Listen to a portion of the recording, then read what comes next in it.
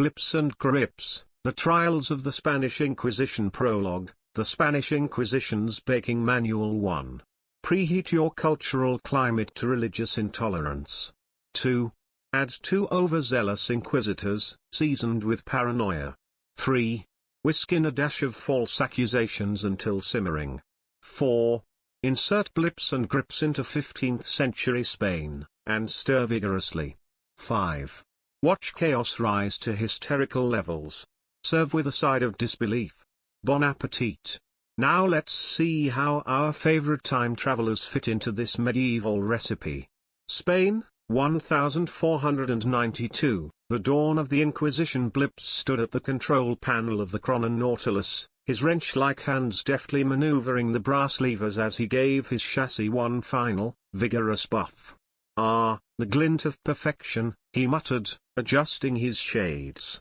"Grips, I trust your intellect has managed to operate at its peak, insofar as such a feat is possible?" Grips, towering over him as she stuffed a donut into her mechanical maw, blinked her single red eye. "Huh? Did you say something, nerd?" "I was too busy enjoying my pre-time travel snack." Blips rolled his bright blue eyes. "Honestly, it's miraculous you managed to walk upright, let alone assist me on these expeditions. Now, shall we commence our descent into the perilous, yet historically fascinating, domain of the Spanish Inquisition?" Grips grinned, flexing her massive hands. "As long as there's something to punch, I'm in.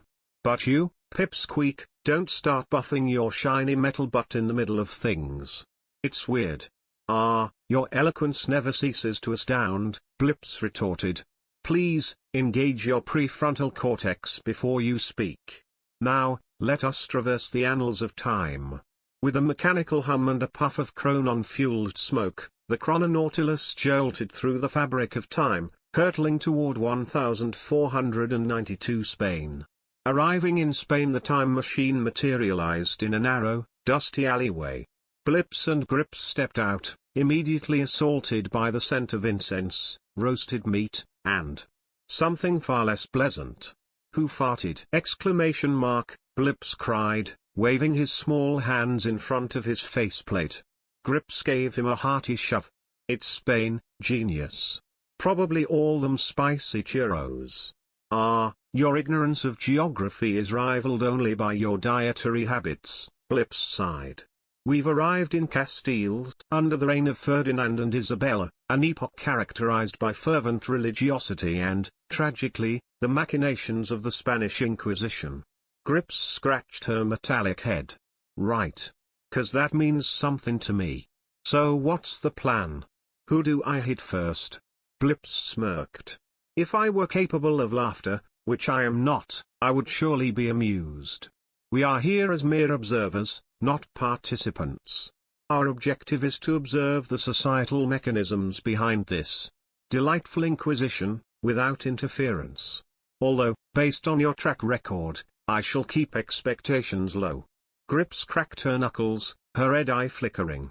Yeah, just point me at the bad guys." Blips straightened his shades. "Oh. I'm sure they'll find us soon enough." Interrogation, Inquisition style. Not long after, their curiosity got the better of them. Blips and Grips wandered toward a large, ominous building marked by inquisitorial banners. Inside, an overzealous friar sat at a large oak desk, surrounded by piles of parchment and quills. He looked up, startled, at the sight of 2 metallic beings walking into his office. "What blasphemous intrusion is this? Who dares trespass upon the sacred work of the Lord? Speak, sinner.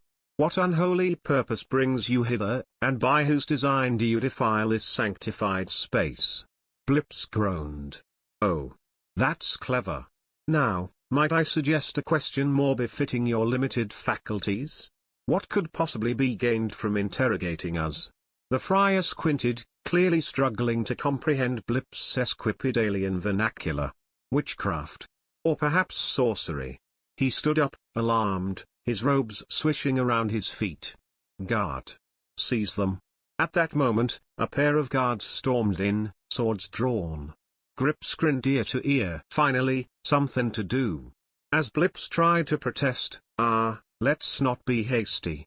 Ahem, diplomacy might be the more sagacious. He was cut off by the resounding clank of steel on metal as Grips effortlessly disarmed the guards, tossing them aside like rag dolls. One of the guards, lying on the ground, moaned, "Mercy. We yield." Grips stood over them, triumphant. "Piffed, too easy. You guys need to hit the gym. Escape with minimal damage." Just as the friar scrambled to summon reinforcements, Blips frantically tugged at Grips' arm. "Grips, you unrelenting imbecile, we must retreat. We've violated the prime directive of non-interference. And more importantly, someone threw a spanner in the works." Grips chuckled, looking around the now chaotic room. "Ha, no big deal. We won, right?" Blips glared. To call this an abysmal failure would be a generous understatement. "Now, to the Chrononautilus, before we're strapped to a pyre for crimes of being more technologically advanced." They sprinted back through the alley, the friar and his guards in hot pursuit. They leapt into the Chrononautilus, and with a wheeze of gears and a sputter of chronon fuel, the machine vanished just as the friar burst into the alleyway, confused and angry. Epilogue: I would deign to explain what went wrong, but I fear it would fall on cerebrally impoverished ears. Grips sat, munching on a candy bar. We got out, didn't we? No harm, no foul." Blips groaned. "Marvelous.